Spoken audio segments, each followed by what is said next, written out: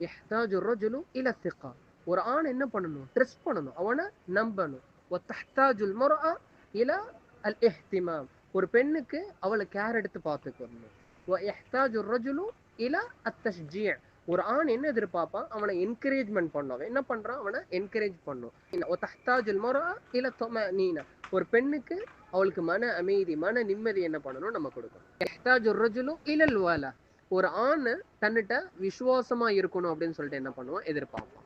وتحتاج المرأة وتحتاج المرأة الى الاخلاص. ஒரு பெண் தன்னிட்ட உண்மையா இருக்கணும் அப்படின்னு சொல்லிட்டு என்ன பண்ணுவான்? எதிர்பார்ப்பான். هكذا هي العلاقة بين الرجل والمرأة.